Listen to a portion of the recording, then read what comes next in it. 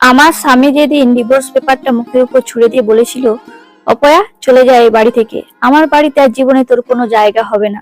2 বছরের সংসার জীবনে সেই দিনই প্রথম শ্বশুর বাড়ি থেকে বেরিয়ে এসেছিলাম। সেখান থেকে চলে আসার সময় কান্নাই ছিল আমার জীবনের শেষ কান্না। এরপর থেকে আমি আর কখনো কাঁদিনি। পরিবারের একমাত্র সন্তান ছিলাম আমি। আমার যখন 17 বছর বয়স, তখন ব্রেন ক্যান্সারে আক্রান্ত হয়ে মা মারা যান। তার ঠিক 1 বছরের মাথায় বাবা সৎমা ঘরে তুললেন। তখন থেকেই আমাকে ভুলে যেতে হলো যে আমিও একটা মানুষ। দিনে দিনে সৎমার চক্ষুশূল হয়ে উঠলাম। একসময় বাবাও আমাকে সহ্য করতে পারতেন না। 18 বছর পেরোতেই বিয়ের তোড়জোড় শুরু হলো আমার। বাবা ও সৎমা উঠে পড়ে লাগলেন বিয়ে দিয়ে বিদায় করার জন্য। অল্প দিনের মধ্যেই ছেলে খুঁজে সবকিছু ঠিকঠাক করে চোখের পলকে বিয়ে হয়ে গেল আমার।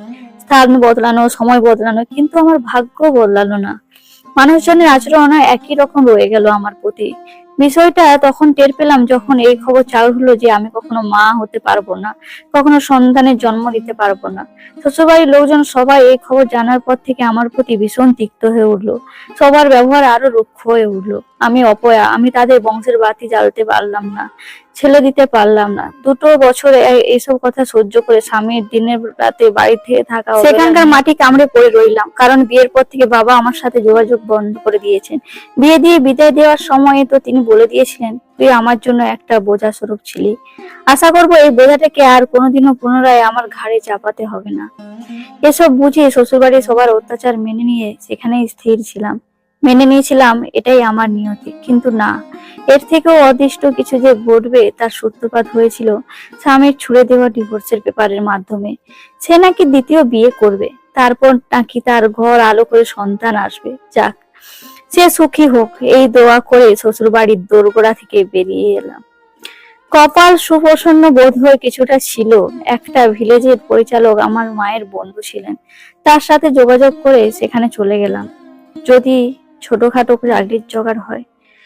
যদিও পরিস্থিতির কারণে শিক্ষা দীক্ষা ম্যাট্রিক পর্যন্তই সীমিত, তবুও স্নেহ ভাজন হওয়ায় সেখানে হোস্টেলে সুপারিনটেন্ডেন্টের চাকরিটা হয়ে গেল।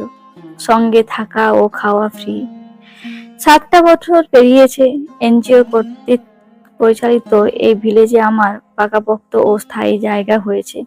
এখন আর এখান থেকে কোথাও যেতে হবে না আমাকে। সারাটা জীবন পরম নিশ্চিন্তে এখানেই কাটিয়ে দিতে পারবো। লোক মারফত শুনেছি আমার প্রাক্তন স্বামীর দ্বিতীয় ঘরে নাকি কোনো বাচ্চা কাচ্চা হয়নি। পরে টেস্ট করে জানা গেছে তারও হরমোনের সমস্যা রয়েছে। সে কখনো বাবা হতে পারবে না। তার দ্বিতীয় বউ তাকে ছেড়ে আরেকজনের সাথে পালিয়েছে।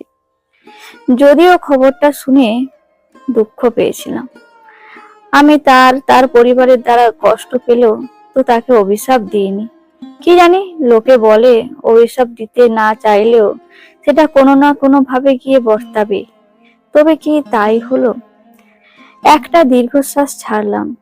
ভিলেজের হোস্টেলের রুমের বাচ্চা মেয়েগুলোকে একে একে টাওয়াল দিয়ে ওদের সদ্য গোসল করা ভেজা চুলগুলো মুছে দিতে দিতে অন্যমনস্ক হলাম। এখানকার সব বাচ্চারা আমাকে মা বলে ডাকে। ওদের বেশিরভাগেরই মা নেই, তাই আমাকে মা বলে।